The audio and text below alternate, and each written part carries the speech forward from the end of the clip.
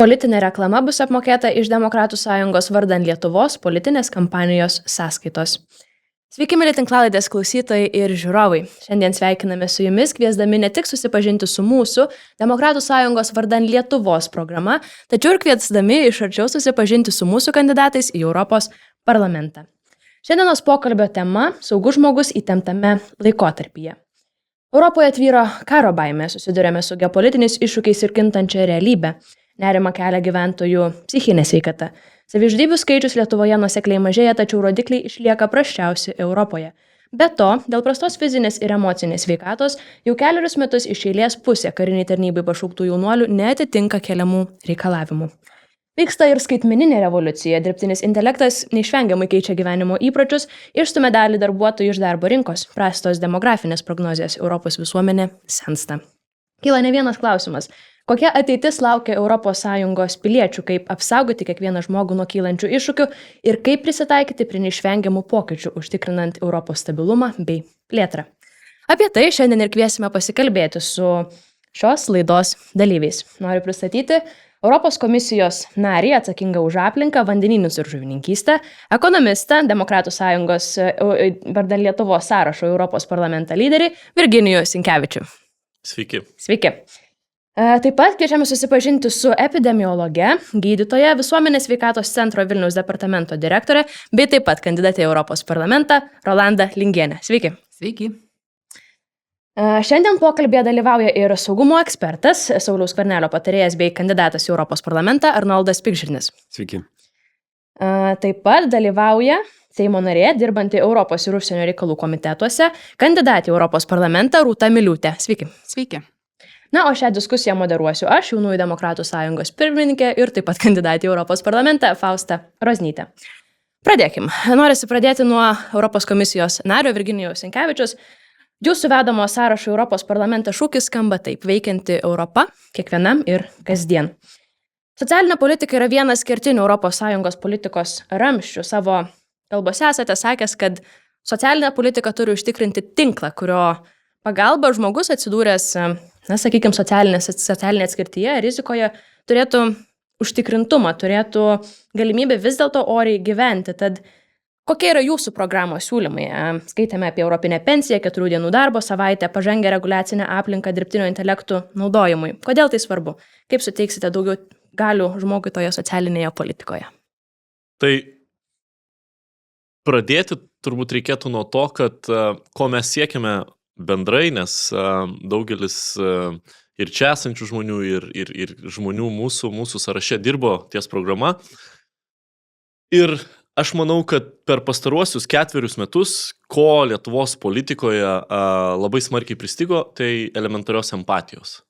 Žmogaus statymo į centrą sprendimų priėmimo.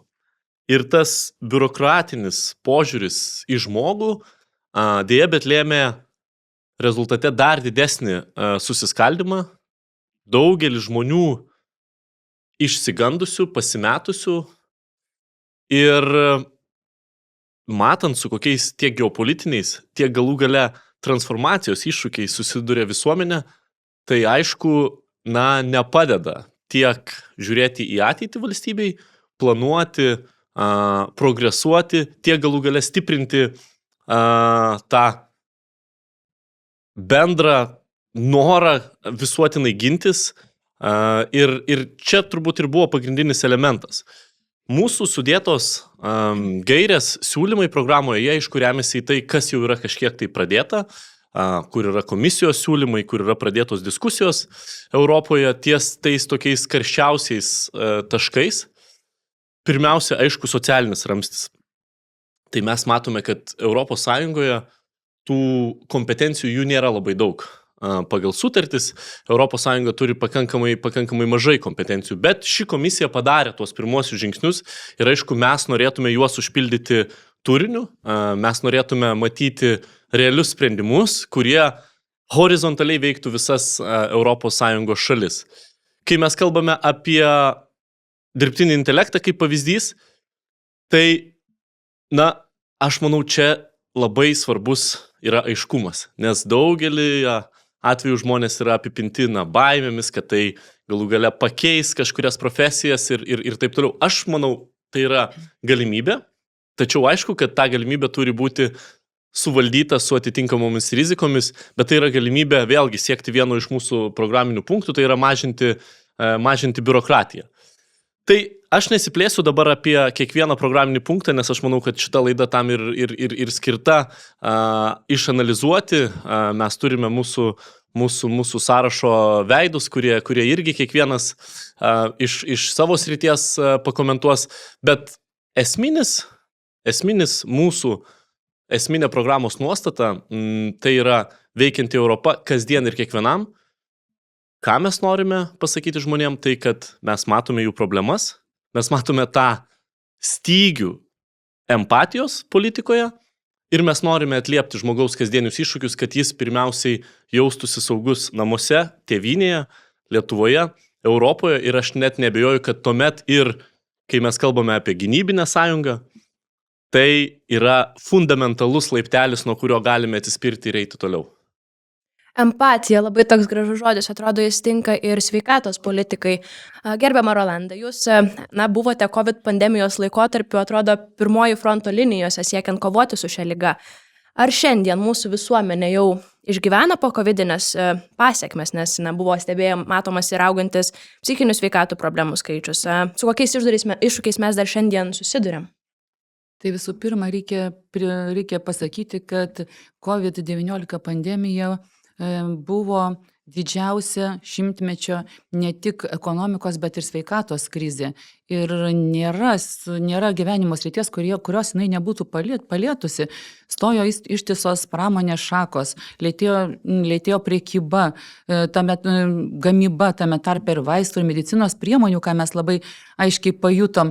Bet žinoma, didžiausias liekamosios pasiekmes dabar, juk atsigauna prekyba, gamyba, žemės ūkis, bet didžiausias pasiekmes žmonių psichikos sveikatai. Tai tą labai aiškiai sako viso pasaulio mokslininkai ir gydytojai.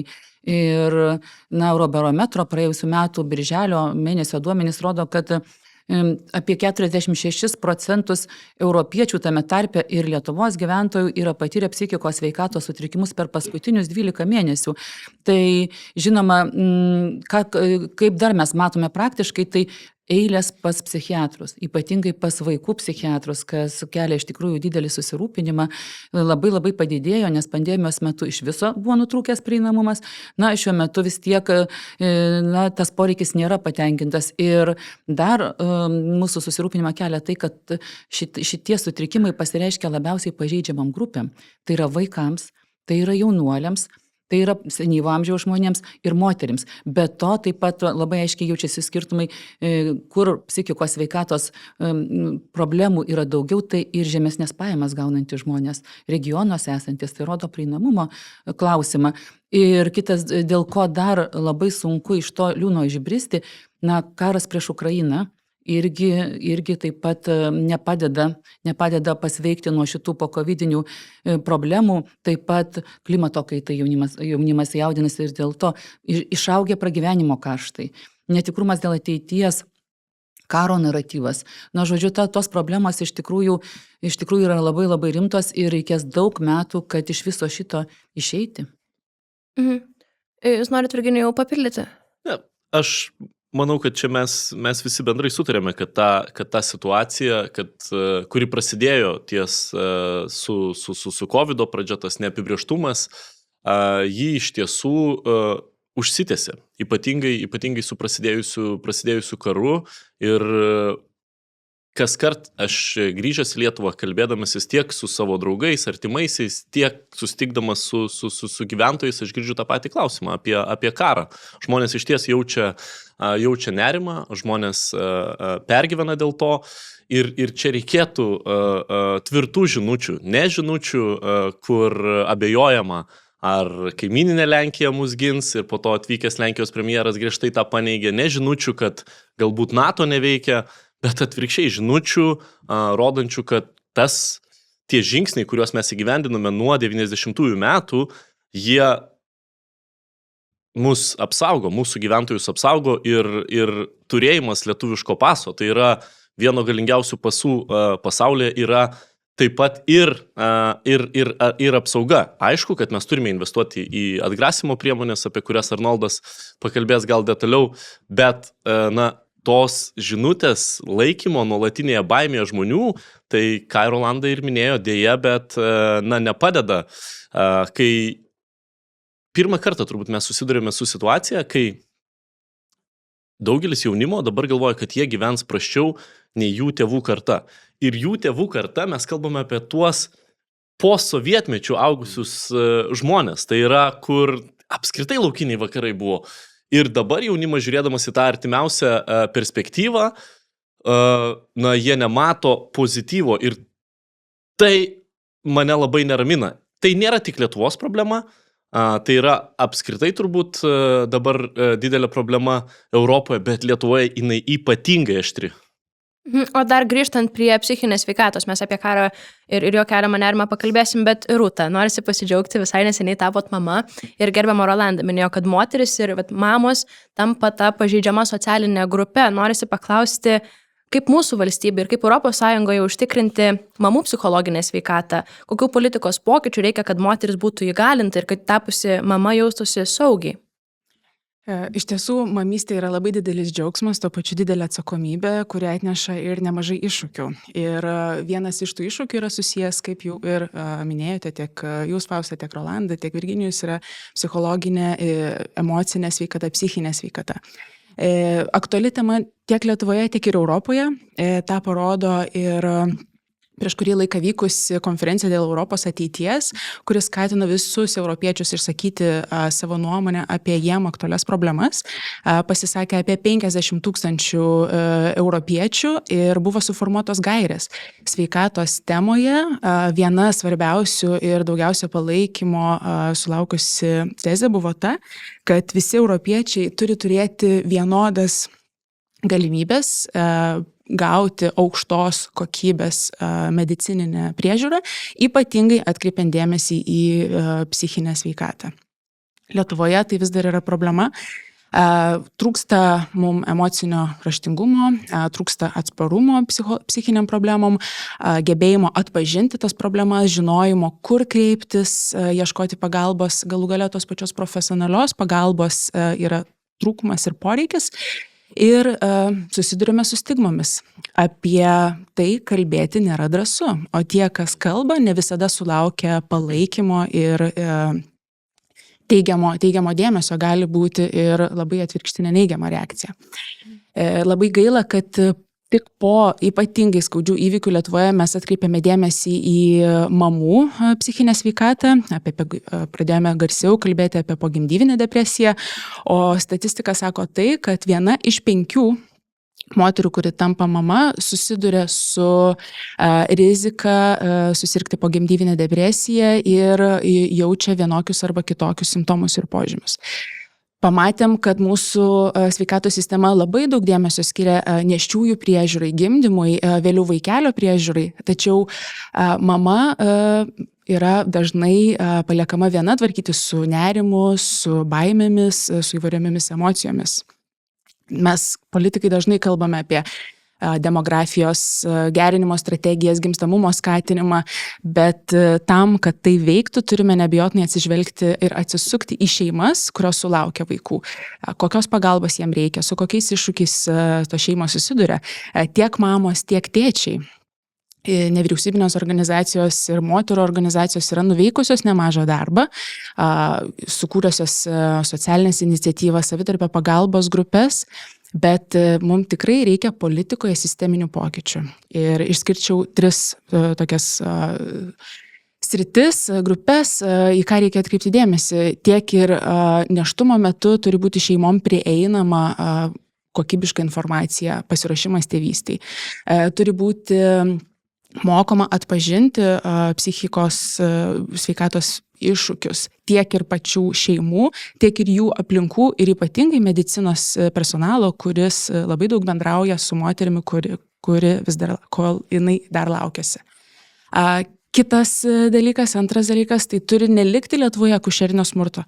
Tai nėra daug plėtojama tema, tai nėra labai oficialus terminas, tačiau išgirdus istorijas, kuriomis moteris pasidalyja, šiurpsta oda ir jeigu mes norime, kad moteris jaustųsi saugios, kad šeimos susilauktų vaikų, mes turime užtikrinti, kad medicinos sistema yra palanki ir yra suprantanti poreikius būtent nėščiosios ir gimdančios moters, kad mes nebegirdėtume daugiau tų tragiškų istorijų.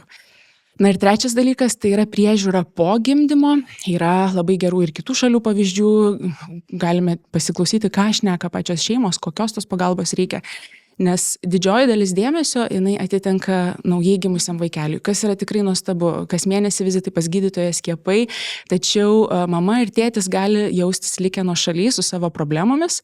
Todėl turime užtikrinti, kad kontaktas būtų palaikomas ir dėmesys skiriamas tiek ir gimdžiusiai mamai, suteikiamos paslaugos, jeigu yra poreikis namuose. Specialistai, kurie galėtų atvykti ir padėti, konsultuoti dėl tų problemų, su kuriomis susiduria, ar tai būtų dėl emocinės sveikatos, psichikos sveikatos, dėl žindymo, dėl kūdikio priežiūros, nesvarbu. Turi būti apmokytas personalas tiek poliklinikose, tiek galintis atvykti į namus, kuris padėtų operatyviai spręsti tas problemas, su kuriomis susiduria jaunos šeimos. Rolanda, jūs gal kaip gydytoja irgi galėtumėt pakomentuoti apie šią problemą? Aš tiesiog šiek tiek norėčiau papildyti gerbiamą Rūtą. Taip, iš tikrųjų visuomeniai egzistuoja stigmos ir diskriminacija ir darbo rinkoje lygiai taip pat, nes vėlgi apklausų duomenys rodo, kad net 50% apklaustųjų, dirbančių apklaustųjų bijo prisipažinti darbdaviui, kad darbdavys sužinotų, jog jis turi vienokių ar kitokių psichikos sveikatos problemų, nes tai darys įtaką jų tolimesniai karjerai. Tai ką tai rodo? Tai rodo visišką trūkumą psichikos sveikatos raštingumo, sveikatos raštingumo trūkumą. Tai ir ką Rūta kalbėjo toliau apie tai, kaip reikia dirbti aplamai, žiūrint holistiškai į šeimą, į jos psichikos sveikatą, ne tik į vaikelį, bet ir į tėvus. Tai rodo, kad šito raštingumo trūksta ne tik bendrai visuomeniai, bet trūksta jo ir politiką formuojantiems asmenims ir ją įgyvendinantiems asmenims. Jie tiesiog nežino, net elementarių dalykų nesupranta. Taip pat labai svarbu, kad didinti psichikos sveikatos raštingumą mokytojams, mokyklų vadovams, visiems aplinkui, kad tiesiog, kad žmonės sugebėtų pajusti menkiausius požymius, kad kažkas su šalia esančių jau yra nebe taip. Ir tik tada gali sustabdyti tą traukinį, kuris eina stovi neteisingų bėgių. Tai tas labai labai svarbu. Arnoldai, kažkaip paklausiu, galvoju, irgi neseniai tapot tėčiu. Jaučiat tuos saugumo iššūkius ir socialiniai politikoje? Taip, turbūt šitoje vietoje mes turim kalbėti šiek tiek plačiau. Kokie buvo veiksmai nuveikti šitoje kadencijoje, bloginantis jaunų šeimų padėtį, kaip yra nežiūrima sistemiškai, tos pačios išmokos, jos yra visiškai neadekvačiai skaičiuojamos, pabloginamos situacija. Po to jau darželių laikotarpį yra nepriderinami prie išmokų laikotarpio. Dabar diskutuojame, kad galbūt Vilniuje, kitose miestuose reikės daryti eksperimentus dėl darželių, perėjimo nuo 2 metų prie 1,5 metų. Tas pats požiūris į jaunas šeimas, jis atrodo ganėtinai keistas ir atrodytų, kad pas mus demografinė situacija yra kylanti ir jokių papildomų veiksmų daryti nereikia. Ir turbūt labai simptomiška tai, kad būtent dabartiniai valdantieji buvo ypatingai kritiški vaiko pinigų atžvilgiu. Jeigu atsimenate, kai buvo įgyvendinamas vaiko pinigų įvedimo, tai iš tuometinės opozicijos, dabartinių valdančiųjų, buvo nuolatinė kritika, kad tai yra netikslinga priemonė, kad nereikia išmokų visiems, jų reikia tik tais dirbantiesiems per lengvatas. Ir tas požiūris jis visus 4 metus tęsiasi ir akivaizdu, kad kol kas, bent jau dabartinė valdžia, tikrai nemato demografijos kaip mūsų vienos iš svarbiausių problemų. Jau nekalbu apie tai, kad po 10-20 metų, jeigu žiūrėtume į šaukiamo amžiaus jaunimą, turėsime didelę duobę. Ir šitoje vietoje to nematyti ir nesuvesti to su mūsų šalies saugumu, tai yra arba trumparegiška, arba ciniška. O pradėjot kalbėti ne apie gynybą, apie kariuomenę. Karas atrodo vis dėlto yra didžiausias saugumo iššūkis ir šiandien jis vyksta Ukrainoje. Mes galim pasidžiaugti, kad ES pavyko susitarti dėl milijardinės, netgi ilgalaikės paramos Ukrainai. Tačiau atrodo verta pradėti diskusiją ir dėl paramos, ir dėl ES gynybos. Ar Europai reikia greitojo reagavimo pajėgų ir bendros kariuomenės? Europai apskritai reikia gilesnės saugumo integracijos. Ir tai yra akivaizdu, tikėtis, kad visada turėsime didesnį brolį Jungtinės Amerikos valstijas, kurios išspręs visus klausimus už mus, nors mes pakankamai neinvestuosime, pakankamai rimtai nežiūrėsime, tai būtų naivu. Žinoma, labai žalinga yra ta retorika, kurią dabar girdime, kad jeigu ateis Donaldas Trumpas, tada jau viskas NATO nebelieka. Kas be būtų JAV prezidentu, tiek Lietuvos atstovai, tiek ES atstovai turės su juo dirbti. Ir mūsų visų interesas rasti prieigą prie jų, rasti prieigą ir tam tikrus motyvus, dėl ko JAV įsitraukimas Europoje turėtų išlikti. Tai čia vienas iš dalykų. Bet savo ruoštų mes turime daryti savo namų darbus, jeigu tam tikras sukrėtimas įvyktų. Ir tiek kalbant apie gynybos pramonę, gynybos pramonė tikrai nėra bandelių kepykla, kur vienai dienai galima užsidaryti, po to vėl atsidaryti. Čia turime labai aiškiai nubrėžti, kad Europa turi apsirūpinti savimi, ji turi užtikrinti visus poreikius, kiek to reikia, tuo pačiu padėti Ukrainai, kurios laukia tikrai nelengvi metai prieš akiją. Kalbant apie greitojo reagavimo pajėgas, natūralu, kad Europa turi gebėti apsiginti. Jeigu mes esame sąjunga, tas mūsų kompetencijos, tos mūsų galimybės jos turi plėstis. Ir dažnai Lietuvoje mes turėdavome tokį suvokimą, kad jeigu ES saugumo dėmuo yra stiprinamas, tai dėl kažko turi nukentėti NATO. Tai nėra vienas kitam prieštaraujantis dalykai. Žinoma, reikia surasti būdus, išspręsti tam tikrus koordinacinius dalykus, bet tai yra detalės, kurios nėra techninio lygio. Bet žiūrint strategiškai, kuo Europa bus stipresnė, tuo bus stipresnis alijansas. Ir čia Lietuva turi labai aiškiai stovėti toje pusėje. Lygiai taip pat turime dirbti su Lenkais, Šiaurės šalimis, Baltijos šalimis, turime labai aišku turėti bloką, dėl ko einame ir judame į priekį. Ir turbūt reikėtų mažiau tos karo isterijos iš mūsų pusės, bet didesnio pasiruošimo ir realių darbų, kad mes tikrai būtume užsitikrinę savo atsargas, kad tikrai turėtume pakankamas investicijas ir gyventojų paramą toms investicijoms. Nes dabar turime situaciją tokią, kad ministrai tarpusavyje pešasi, bus karas, nebus karas, pasiruošėmės, nepasiruošėmės, tuo pačiu neatsako į gyventojams kylančius klausimus, dėl ko mes turime didinti mokesčius gynybai, tuo pačiu statydami pramoginius objektus Vilniuje už 200-300 milijonų eurų. Tai kol neturime šitų atsakymų, natūralu, kad visuomenės parama ir ta mobilizacija jį gali tiesiog išnykti. Ir čia ir kitos valdžios, dabartinė nueinanti valdžia jau akivaizdu nieko nebesugebės padaryti, bet kitos valdžios labai aiški užduotis – kalbėti su žmonėm ir turėti tą supratimą ir sutarimą, dėl ko mes turime eiti į priekį ir kur link turime judėti. Gerbiamas Virginijau, ar norėjot papildyti, ar galiu paklausti, nes dabar, taip atrodo, natūraliai norisi paklausti ir apie ES narių veto teisę. Jūs arčiausiai matot Europos vykdomą politiką. Turėjom pavyzdį su Vengrija, kuri tarytų manipuliuoja tą veto teisę, truputį gąsdina, grasina, ar neremsim Ukrainą. Reiktų suteikti tą veto teisę? Tai, dabar su tą veto teise, aišku, jeigu aš dar norėsiu atsispirti nuo to, ką Arnoldas sakė, bet labai trumpai apie veto teisę, nepamirškim, kad tą veto teisę mes taip pat galim pasinaudoti, būdami pakankamai maža valstybė, nes jeigu mes perinam prie kvalifikuotos daugumos, tada mūsų situacija labai smarkiai sunkėja. Mes jau turėsime burti didelės koalicijas, didelius blokus, norėdami sustabdyti vieną ar kitą sprendimą. Ir nepamirškim, kad, kalbant apie Ukrainą, daug buvo sprendimų priimta, labai daug barjerų buvo pramušta. Ir,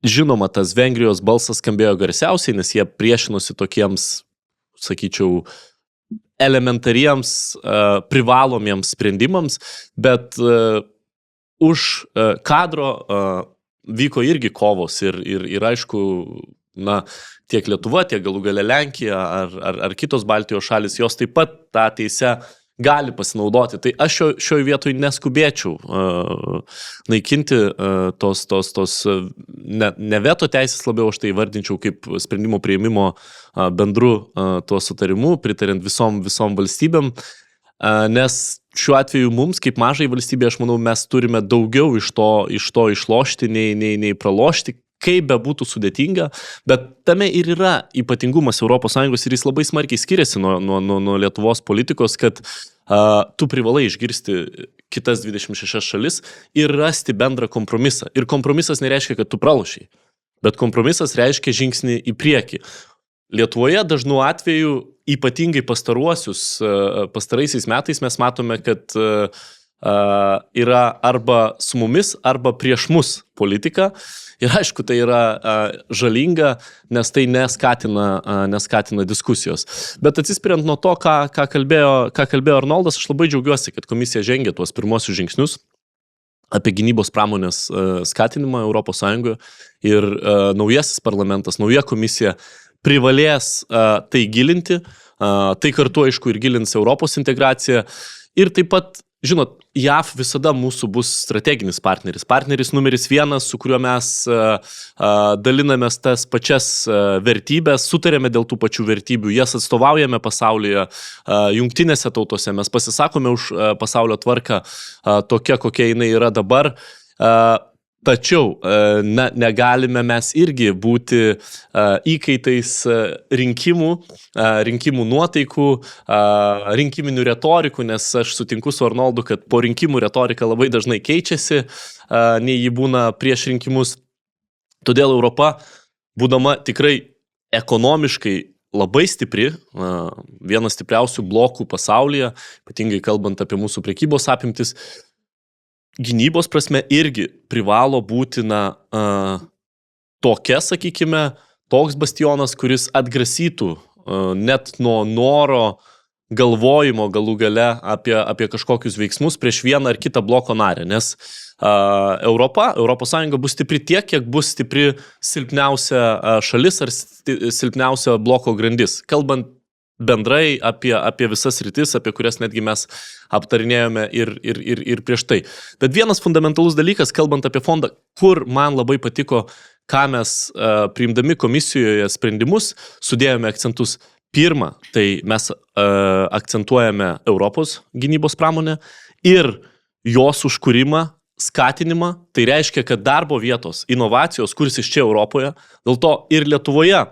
Nors tą sprendimą, aš manau, kad bus labai sunku priimti dėl fondo, dėl naujų mokesčių, tiek dėl politinio ciklo, tiek galų gale, kad labai sunku vieną dieną išeiti ir pakviesti dialogui visas partijas, kalbant apie gynybos finansavimą, o kitą dieną palaikyti visiškai utopiško stadiono statybas už kainą, kuri vis dar yra neaiški ir jinai yra milijonų ribose ir indeksavimo 10 milijonų. Ir indeksavimo kažkokio jūroje, tai aišku, tu prarandi čia labai daug kredibilumo, labai svarbių klausimų ir man labai gaila, kad dėl to mes išmetame tą galimybę, bet fundamentalus dalykas, kalbant apie bet kurį fondą, dalis to fondo lėšų privalo likti Lietuvoje. Mes privalome investuoti į Lietuvos pramonę, į Lietuvos gynybos pramonę, į inovaciją. Kariuomeniai bus didžiuliai poreikiai ir dalį tų poreikių mes privalome patenkinti čia Lietuvoje. Aš suprantu, kad tai bus iššūkis kai kuriais atvejais. Aš nekalbu apie tokius projektus kaip oro gynyba. Žinoma, aš nenaivus, mes nesukursime to, bet kai kur mes tikrai galime užtikrinti, kad čia mūsų verslas nuo regionų iki Vilniaus miesto taip pat būtų dalis tų sprendimų ir aš net nebijoju, kad jie tiek mokesčiais gali prisidėti, tiek savo inovaciją žiniomis ir galų gale užimtumo didinimu. Minėjote atgrasymą, norisi paklausti gerbiamos Rūtos, ar ta Rusijos keliamas nerimas vykdomos ekspansinės politikos būtų sustabdytas, atgrasytas, jeigu mes greičiau integruotumėm Ukrainą į Europos Sąjungą, pasigirsta kalbų, kad kitas Rusijos taikinys gali būti Moldova, tai ar spartesnis Moldovos integravimas į Europos politinę šeimą taip pat padėtų sumažinti geopolitinės įtampas mūsų regione? Aš manau, kad tiek Ukrainai reikia ES, tiek ES reikia Ukrainos. Ir tai yra abipusis tikslas, kuris iki šiol nebuvo siekiamas taip sparčiai galbūt kaip norėtųsi. Tam yra tiek ir labai daug motivacijos, bet ir pakankamai daug kliūčių. Kas iš ES yra Ukrainai? Man įstrigus yra viena apklausa prieš keletą metų daryta Ukrainos žmonių, kada buvo klausima, kaip jūs manote, ar jūsų vaikai ir ateities kartos gyvens geriau negu jūs. Ir tai buvo vienas aukščiausių procentų atsakiusių žmonių teigiamai, palyginus su kitomis Europos šalimis. Ukrainos žmonės dar iki Rusijos invazijos, jie labai optimistiškai žiūrėjo į ateitį ir jie tikėjo, kad ateitis jų vaikams bus šviesesnė. Ir didelė dalimi, manau, tai yra susieta ir su integracija Europos Sąjunga, su galimybė Ukrainai gauti ekspertinės žinias, gauti paskatą ekonomikai augti, galimybę stiprinti demokratiją, kelti aukštesnius standartus priimamiem sprendimam ir stiprinti pilietinę visuomenę. Galima būtų vardinti, manau, kad tiek Virginijus, tiek Arnoldas galės dar nemažai ir papildyti. Kita vertus, Europai taip pat Ukraina yra reikalinga, stipri, ekonomiškai stipri, tai jinai tikrai papildytų ir sustiprintų rinką. Tiek ir mums labai svarbi yra saugi kaiminystė. Kuo yra daugiau Europos, tuo yra stipresnė tiek ir geopolitinė įtaka, tuo turėtų labiau atsitraukti ir Rusijos įtaka. Tai yra tam tikra kova. Ten, kur nėra Europos, ten Rusija mato dar didesnę galimybę, lengvesnę galimybę plėsti savo įtaką. Manau, panaši situacija gali būti tikrai ir kalbant apie Moldovą, kad Europos integracija kelia standartus, stiprina demokratiją, motyvuoja žmonės. Tai be abejonės, kad tai yra, kaip ir sakiau, abipusiai reikalinga partnerystė. Gal jeigu galiu paklausti Arnoldo ar Virginijaus, Kissingeris berods sakė, kad tas atgrasimas kaip tik kelia Rusijai ambicijas, didina jos tokį nerimą ir tarytum sukelia priešingą reakciją. Ar negali būti ir taip? Na, turbūt Rusija kaip tik geriau supranta labai aiškių ribų nubrėžimą. Na, žiūrėkit, pasakyti, kad galima dėrėti su Putinu, na, tą gali pasakyti tik visiškas kvailys. Arba vakarykščių pavyzdžių, dėja, bet katalikų pasaulio vadovas. Rusija labai aiškiai supranta kalbą, kuomet jai yra pasakoma, jog čia peržengus šitą liniją gausite atgal. Jeigu jie tik pamato bent kokią abejonę ar bet kokį bandymą apibrėžti, kad šito nedarysim, tai jie mato tą landą ir jie ją pasinaudoja. Ta sako visi mūsų žvalgybiniai duomenys, ta sako mūsų kariuomenės aiškus suvokimas ir patirtis. Na ir šitoj vietoje, jeigu pasaulis sako, kad jūs galite eiti čia, čia ir čia, o visą kitą saugosim, tai būtent jie čia ir dar suras porą landų ir ten praeis. Tai čia Kissingerio, man atrodo, ne viena iš daugelio klaidingų interpretacijų ir, na, reikia pripažinti jo patirtį, kuri buvo sukaupta, bet dėja Rusijos jisai taip ir neperprato. Aš turbūt tik tai papildyčiau, kad, na, žiūrėkime į įvykius ir istoriją, vertinkime. Tai kaip lengvai Rusijai pavyko Krymo operacija, tas iš karto paskatino įvykius plėstis toliau į Donecko sritį, Lugansko sritį. Ten Rusija buvo sustabdyta, dėl to jam prireikė šiek tiek laiko persidėliot, persikalibruot ir panašiai. Bet ta operacija, kuri buvo sugalvota užėmimo visos Ukrainos, tai jie buvo pasiskaičiavę viską padaryti labai greitai ir vos ne panašiai kaip Krymo scenarijumi. Tai ko jie tik tai nepaskaičiavo, kad Ukraina reformavosi per tuos 8 metus labai smarkiai kariuomenę ir kad bus vakarų reakcija, suteikiant galų gale Ukrainai ginkluotę, suteikiant Ukrainai paramą ir tas privertė Rusiją šiek tiek keisti savo sprendimų priėmimą. Mes matėme, kad ta pradžia karo, kai Ukrainai pavyko ir išstumti atgal Rusijos pajėgas ir atsiimti teritorijas, tai parodė jų nepasirengimą. Bet jeigu jie matys, kad jie gali laisvai eiti, tai jie ir eis. Tai riba kažkokia tai jiems neegzistuoja. Riba vienintelė, kuri egzistuoja, tai jėga. Jėga, kuri gali duoti jiems atkirtį ir užbrėžti labai, labai aišku brūkšnį. Tai šiuo atveju, mums dalyvauti tokioj loterijoj geros valios ir dažnas sako, kad štai Putinui mirus, išnykus, tai viskas taiga pasibaigs ir grįš į savo vėžes. Aš absoliučiai nesutinku su tuo. Mes nežinome, nes Putinas supa dar didesni vanagai iš saugumo tarnybų. Mes matome Medvedevo labai smarkų pasikeitimą. Aš įsitikinęs, kad tai sąlygoja tai, kad jis matydamas Putino aplinkos ratą nori atrodyti, kad jis dar yra agresyvesnis. Tai šiuo atveju Putinas turi Rusijos visuomenės palaikymą ir tai yra baisiausia, kad visuomenė Rusijoje palaiko tuos veiksmus, tą žiaurumą, prievartavimus, plėšimus, ką mes matome ir iš nutekintų pokalbių, ką vykdo Rusija Ukrainoje. Tai šioje vietoj naivu būtų tikėtis, kad tu palieki atidarytas duris, gyvendamas pačiame pavojingiausiame rajone ir kad niekas pas tave neateis ir nieko nepavogs. Tai šiuo atveju mums reikia statytis šarvuotas duris, statytis grotas ir jeigu nieko neįvyks, sakysime, viskas gerai, nes prieš porą dienų išėjęs Kulebos interviu pasako žiaurią tiesą. Jeigu čia ateina Rusija atsiimti miestus, tu atsiimi juos sulyginti su žeme. Mes matome miestai tokie kaip Bachmutas, Avdijivka, galų gale tas pats Mariupolis, jie nebeegzistuoja. Šiandien mes kalbam apie saugų žmogų įtemptame laikotarpyje ir tos įtampos yra ne tik geopolitinės, bet ir socialinės. Saugumas apskritai yra plati sąvoka ir apima tuos socialinius iššūkius, tad norisi grįžti prie jų.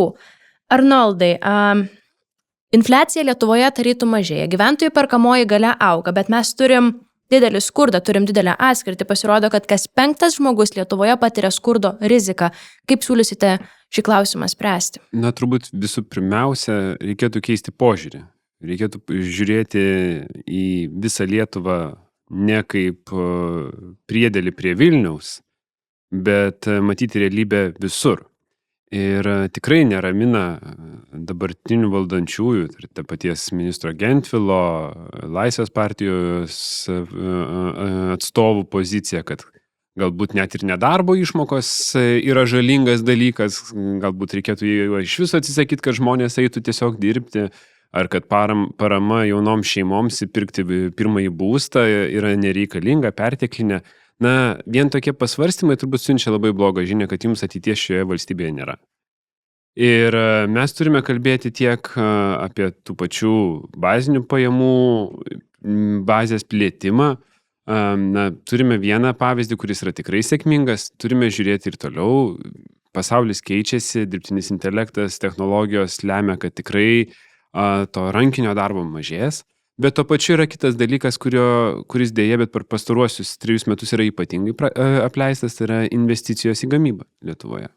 Jeigu žiūrime į tas žinutes, kokias mes siunčiame pasauliui, kokias siunčiame mūsų verslininkams, turbūt retas, kuris ryžtųsi daryti didelio masto investicijas Lietuvoje, kai vyriausybės atstovai sako, kad karas yra čia pat ir jis yra neišvengiamas. Natūralu, kad mums reikia kuo daugiau darbo vietų, kuo geriau pridėtinę didelę vertę kuriančių darbo vietų ir tam reikia investicijų. Todėl valstybė savo ruožtų turi užtikrinti saugumą ir apsaugoti tas investicijas ir leisti žmonėms kurti ir gyventi savo gyvenimą čia ir planuoti jį tolyn. Neplanuoti jo iki galimo karo kitais metais, bet planuoti jį 5-mečių, 10-mečių į priekį. Kurti Lietuvą ir judėti į priekį. Tikiuosi, kad mes pamatysime rimtus pokyčius šiais metais Lietuvoje ir Lietuvos mąstysenoje ir tikrai sugrįšime į tą kelią, kur Lietuva būtų patraukli kurti darbo vietas ir kurti savo gyvenimą čia. Patrauklumui labai svarbi ir sveikatos apsauga, norisi prie jos grįžti. Širdies ir kraujagyslių ligos bei vėžys yra vienos pagrindinių priešlaikinių mirčių priežasčių visoje Europos Sąjungoje. Vien Lietuvoje vėžio diagnozę kasdien išgirsta beveik 50 žmonių, onkologinėmis ligomis serga apie 100 000. Net 40% vėžio atvejų pasirodo yra galima išvengti, tad kaip skatinti sveikatingumą ir užtikrinti tą ligų prevenciją?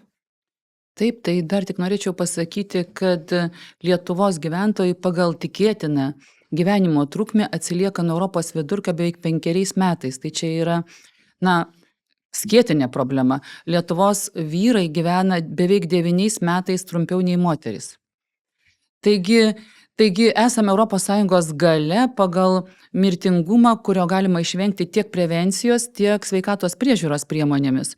Ir šitie dalykai laikosi ant keleto fundamentalių momentų, tai yra visuomenės sveikata. Lietuvoje tikrai dar nėra įgyvendinta ES siekis sveikata visose politikose. Pavyzdžiui, pradėkime sveikata rūpintis ir turėti paskatas sveikai gyventi reikia nuo vaikų darželio, nuo pirmų žingsnių, ar ne? Ir tai pirmiausia, vaikų ugdymo įstaigose turi būti sudaryta tikrai palanki aplinka. Yra tam tikri normatyvai, kaip jas reikia įrengti, kaip prižiūrėti tas įstaigas. Bet pavyzdžiui, Lietuvoje trūksta ugdymo įstaigų. Žinote, kuria kryptim einam? Ne jų skaičių didinam tiek, kiek reikia, bet mažinam reikalavimus tom įstaigom. Tai nėra reikalavimo ir nėra problemos. Tai ne tuo keliu einame iš tiesų. Ir čia, sakykime, gal ne sveikatos sistemos reikalas, tai yra tie, kurie užsiima miestų planavimu, ar ne, turi žinoti, bet tai turi būti. Sveikata turi būti visose politikose ir visur tai turi būti prioritetas prieš priimant bet kokius kitus sprendimus. Pasiekmės žmonių sveikatai turi būti įvertintos ir čia turi būti svarstyklės nulemtos. Tai kaip minėjau, prevencija. Tai žmonės turi turėti paskatų sistemą sveikai gyventi vienareikšmiškai. Antragi, jie turėtų būti dėl ko širdies kraujagyslių lygos vėžys, ar ne? Daugelį iš tų ligų galima būtų išvengti, jeigu mes teisingai maitintumėmės, turėtume galimybės tokias, jeigu mūsų ūkininkai turėtų paskatas teikti šviežią, gerą, ekologišką maistą vaikams, ar ne? Jeigu mūsų žmonės judėtų, pažiūrėkit, Skandinavijos šalyse, juk nėra klimatas kažkoks ypatingai kitoks, bet ten tu pamatai ir ministrą ant dviračio, ar ne? Tai yra normalu, tai yra visiškai normalu. Atvažiuoja žmonės į biurus, yra sąlygos nusiprausti, yra sąlygos pasistatyti dviračius, yra saugu, tai jie ir juda daugiau ir pažiūrėkit mirtingumą tų šalių nuo širdies kraujagyslių ligų, pavyzdžiui. Antra, kas labai svarbu, yra ankstyva diagnostika. Labai svarbu. Ir mes labai stipriai atsiliekam nuo ES vidurkio su ankstyvosiom vėžio diagnostikos programom. Tiesą sakant, jų net tiek ir neturime, kiek ES šalis. Tai vėlgi čia, o dėl ko atsiliekam? Dėl to, kad arba žmonių sveikatos raštingumas nėra pakankamas, ką turi daryti mūsų politikai jį didindami, arba prieinamumas. Pabandykit nuvažiuoti į atrankinę programą, dėl atrankinės programos iš rajono kokio nors, arba pas gydytoją iš rajono kardiologą. Taigi autobusas vieną kartą ryte ir vakarė nebegrįžta arba grįžta po poros valandų. Girdėjau beje kažkokio politiko, nepamenu kurio, pasakymą, ne, viskas gerai, poliklinikos rajonuose tuščios po pietų. Tai žinoma, jis tuščios. Tai, o kaip žmonės atvažiuos? Aš pati esu iš kaimo, aš puikiai žinau, kad jie tiesiog turi porą valandų rajono centre nuvažiavę. Tai vėlgi tas prieinamumas yra be galo svarbus. Toliau savalaikis personalizuotas gydymas, prieinami geriausia inovatyvūs vaistai. COVID laikotarpiu, žinoma, tikrai sutriko vaistų ne tik Lietuvoje, ES prieinamumas dėl žaliavų, kurios buvo gaminamas Kinijoje, bet yra kiti dalykai. Lietuvos gyventojai kažkodėl tai perka vaistus, vieni brangiausių, moka brangiausiai Europai. Kiti inovatyvūs vaistai iš viso Lietuvai nėra prieinami. Tai tiesiog net skandalinga situacija. Tai tą pasako įvairios nevyriausybinės organizacijos savo ataskaitose. Ir be abejo, savalaikė teisinga reabilitacija ir integracija pasveikus. Tai šitie dalykai yra labai labai svarbus, kad suvaldytume tą, apie ką jūs ir paminėjote. Tai čia aš noriu grįžti iš karto prie tos pačios pradžios, apie ką aš kalbėjau. Politikoje mums trūksta elementarios empatijos, nes Rūta, kaip jauna mama, gali patvirtinti, bet ir Rolandas susidūrusi ligoninė. Mes pradedam nuo elementarių dalykų. Maitinimas mokyklose, maitinimas tose pačiose ligoninėse. Ko siekiama, koks yra tikslas? Šiandien jis yra absoliučiai biurokratinis tikslas. Įgyvendinti viešąjį pirkimą, už kuo pigiau pamaitinti. Moteris, kuri ką tik pagimdė, gauna maistą su nulinė maistingumo verte. Aš net nekalbu apie tą dėmesį, kad žindymo specialistai vis dar yra neprieinami ir taip toliau, bet čia detalės. Bet pradėkim nuo labai fundamentalaus dalyko, koks maistas yra tiekiamas tose pačiose ligonėse ir švietimo įstaigose. Tai kol mes turim tą tokį Excelio biurokratinį požiūrį, kad kuo pigesnę kainą pamaitinti žmogų, tai aišku, atitinkamai ir yra atitinkama kokybė. Tai tas fundamentaliai turi keistis ir dėl to mes kalbame apie veikiančią Europą kasdien ir kiekvienam, nes nuo tų tokių mažyčių žingsnių, kuriuos žmonės dažnu atveju neįvertina ir pamiršta, bet nuo šitų mažyčių žingsnių ir pradedama kurti Lietuva ir pradedama kurti Europa, kur atsiranda visai kitoks pasitikėjimas valstybė, nes tu jautiesi, kad tu esi matomas, o ne tik esi lentelė Excel'e, kur yra paskaičiuotas tavo gyvenimo trukmė, kažkokia ten pensija ir galų gale kiek tu esi laiko darbingas. Tai toks požiūris yra pirmiausia žalingas ir tie fundamentalūs dalykai, kaip požiūris į žmogų, jo labai smarkiai pritrūko pastaruosius metus. Ar dar norit papildyti, pridėti? Gal pridėčiau nebent tai, kad kiekvienas nori jaustis svarbus. Jeigu tu esi Vilnietis ir galbūt tu turi aukštesnės pajamas, tu gali pasirūpinti tiek ir specialistų mokamomis konsultacijomis privačiose klinikose, poliklinikose, greičiau gauti tą reikiamą pagalbą. Bet jeigu tu gyveni toliau, nutolęs tavo miestas tiek dėl transporto, kaip sakė Rolanda, ir kiti dalykai, kad visgi valstybės požiūris turi būti į kiekvieną žmogų vienodas. Kur tu gyveni, kokios tavo pajamos, tada atsiranda pas žmonės saugumo ir pasitikėjimo valstybė jausmas. Jeigu tu žinai, kad ištikus kažkokie problemai, nelaimiai, susirgus, aš galėsiu gauti paramą vienokią arba kitokią, kad man nebus prieš nosį uždarytos duris, aš jausiuosi gerokai saugesnis ir aš norėsiu daugiau prisidėti galbūt ir prie tų problemų, kurias aš galiu spręsti. Daugiau atsiras solidarumo, kad aš, jeigu gaunu paramą vienoje srityje, aš galiu prisidėti savo žiniomis, veikla, mokesčiais kitose srityse. Tai čia Arnoldas ir sakė apie testinumą mūsų politikos, apie vaiko pinigus, kai buvo tiek daug ginčų ir mes nuo pat pradžių sakėme, kad kiekvienas vaikas yra vienodai svarbus ir jam turi būti suteiktos galimybės. Ir tas galimybės suteikia ne turtingi tėvai, ne pavardė, o valstybė. Graži mintis, ne pavardė suteikia tavo statusą, iš esmės valstybė. Šiandien nuskambėjo frazė, kompromisas reiškia žingsnį į priekį. Jei ir norisi pabaigti šiandienos mūsų diskusiją bei pokalbį, kad su tuo kompromisu mes pasiektumėm tikrai veikiančius ES mechanizmus kiekvienam ir kasdien. Ačiū, kad dalyvavote, susitiksime kitais kartais.